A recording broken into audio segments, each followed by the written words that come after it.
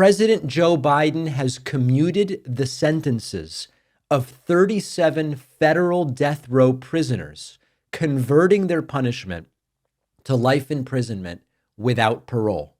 I'm going to repeat that in a moment, just so we have clarity.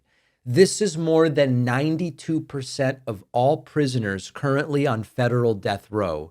There are 3 individuals convicted of hate-motivated mass killings: Dylan Roof, Robert Bowers, and Jahar Tsarnaev, who are remaining on death row. And I'm going to say it again right up front to avoid confusion. This doesn't release anybody from prison. It converts their sentence from death penalty to life in prison without the possibility of parole. Now, this decision was made just weeks before Donald Trump's return to the presidency.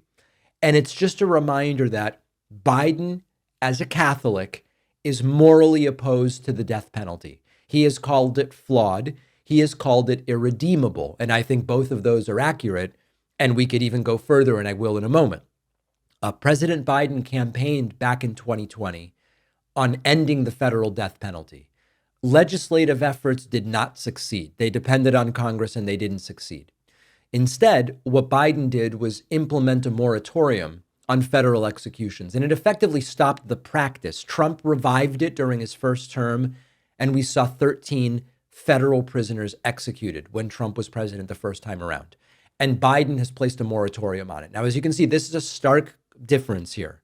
Trump's campaign promises are not only he's going to restart the federal executions, he wants to expand the death penalty. He's talked about, we're going to give the death penalty after a very quick China-style trial to drug dealers, to those involved in human trafficking. Trump wants more death penalty. Biden is morally opposed to it. I agree with Biden on this issue.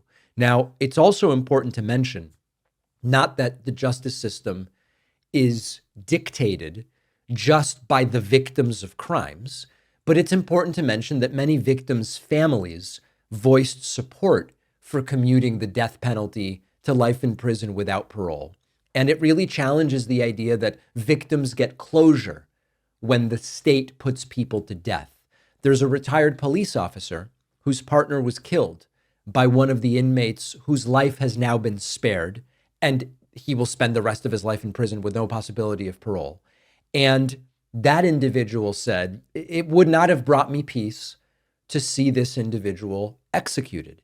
And this just again highlights the moral and the practical shortcomings of the death penalty.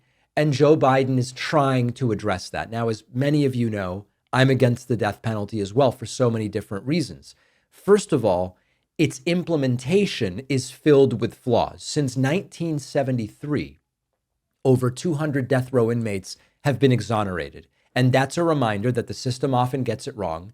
There is no doubt that innocent people have been put to death erroneously with the death penalty, and you can't reverse it. But even if you could execute the death penalty with perfect accuracy, I would still be against it, because we know that the death penalty is also applied in a racially biased and unfair way, based on class, based on skin color, even sometimes applied to individuals who lack the cognitive capacity to even know what is going on.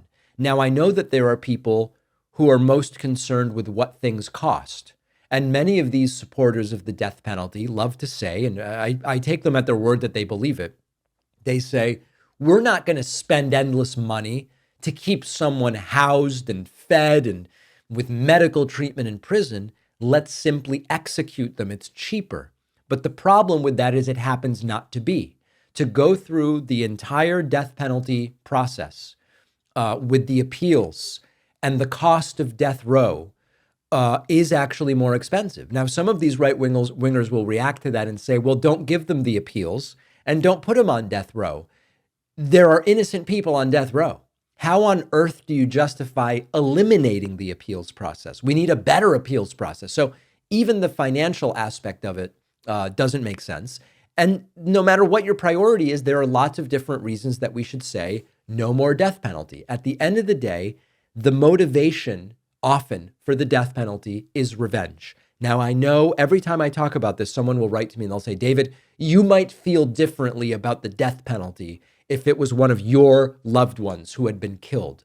And I agree with that. You're completely correct. If it were one of my loved ones, I probably would feel differently.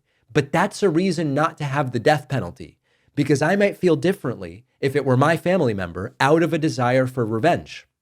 And revenge is not the point of the American justice system. If you think it should be, well, change the law, but that's not the point. So the fact that my view might be different in the heat of emotion and of a personal connection to this issue, that's evidence we shouldn't have the death penalty, not that we should. So I like that Biden did this. You can't have a system that is rooted in fairness, relying on a punitive and broken practice. And in this context, what Joe Biden is doing is necessary. I would argue it's not nearly enough, but it at least sends a message. The state should not be in the business of killing its own citizens. Trump's going to expand it. He loves archaic stuff. He's like, let's go back to the 50s, the 1950s, the 1850s. This is not just about sparing lives. It's saying this is a system that doesn't value justice. The death penalty doesn't value justice. It risks executing the innocent. It's not a business that the state should be in. The question now is, will Joe Biden's stance keep going in the direction of change? Or is this just sort of a fleeting moment and Trump will come in and say, let's start executing drug dealers? We don't know the answer to that yet. Men in the audience, this is for you. One of our new sponsors is Integrated Men, an online support community dedicated to helping men reclaim their power, break free from outdated masculinity norms, and find purpose. Integrated Men hosts weekly meetings that guide men in overcoming shame and self-limiting beliefs. If you feel lost, stuck, or like you're just trying to please others at the expense of your own happiness, this community can help you break free. It's not about pretending everything's easy. It's about embracing the chaos, facing fears, learning how to live with real integrity. They help men confidently into their purpose, to stop seeking validation from others, start leading your own life. The community dives into everything from setting boundaries, developing emotional resilience, understanding the 4 archetypes of mature masculinity. It's deep, it's practical, and most importantly, it's effective. If you're ready to step up, move past your old habits, live a life driven by purpose, not fear, I highly recommend checking out Integrated Men. Go to integratedmen.net/Pacman to learn more and check out my interview with Adil, and check out also the quiz that is a short assessment for taking that first step. The link is in the description.